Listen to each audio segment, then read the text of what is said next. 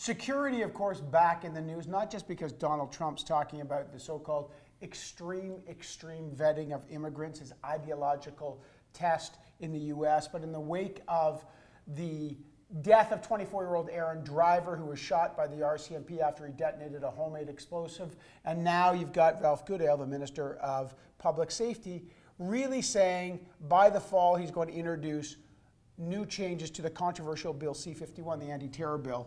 I'm here with Frank Grave, the president of Ekos Research. And Frank, you've been tracking attitudes towards security. At one time, this was the central defining question, certainly for the Harper government.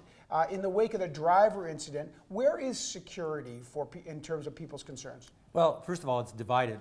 Different parts of the country, particularly on partisan basis, have much different outlooks on the relative importance of this.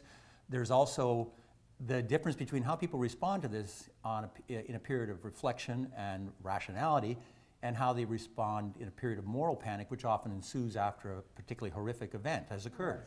And basically, you'll find that the responses that people have in the immediate aftermath dissipate. At least they have been, as we've been tracking this. So it starts with, we want more security at the expense of civil liberties, whatever. And then you say that starts to dissipate. And what we see, for example, is if we started tracking this in the aftermath of September 11, you could argue that upper North America became immersed in a security ethic, which dramatically changed the outlook on the world. Interesting enough, we asked Canadians last week, do you think over the last decade that the world has become safer, more dangerous, or stayed the same?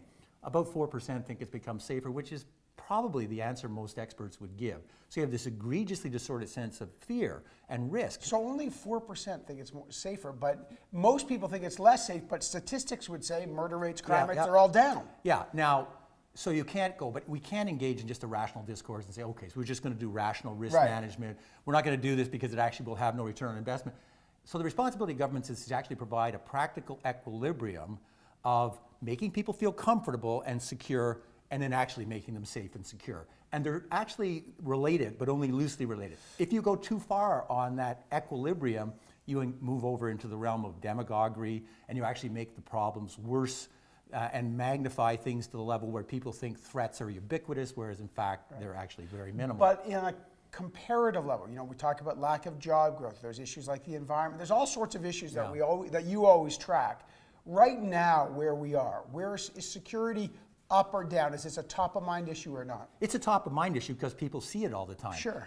They see horrible images of people being mowed down by trucks. The ubiquitous cell phone cameras, YouTube, and social media and conventional media have made the imagery so much more available, accessible, and ubiquitous.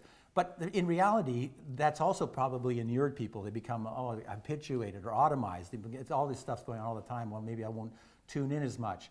But in our tracking, the emphasis that people place on investing in security and terror is pretty close to the bottom of the list. So what does that mean?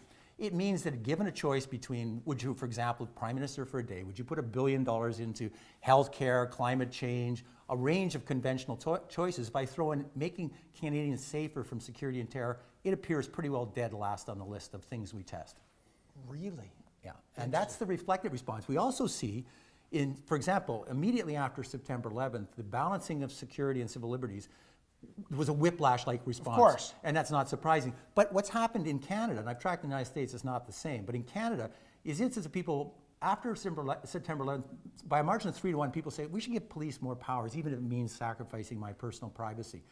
That number actually has gone reversed, and it's now the other way around. 60% say we should have civil liberties and privacy as the paramount concern.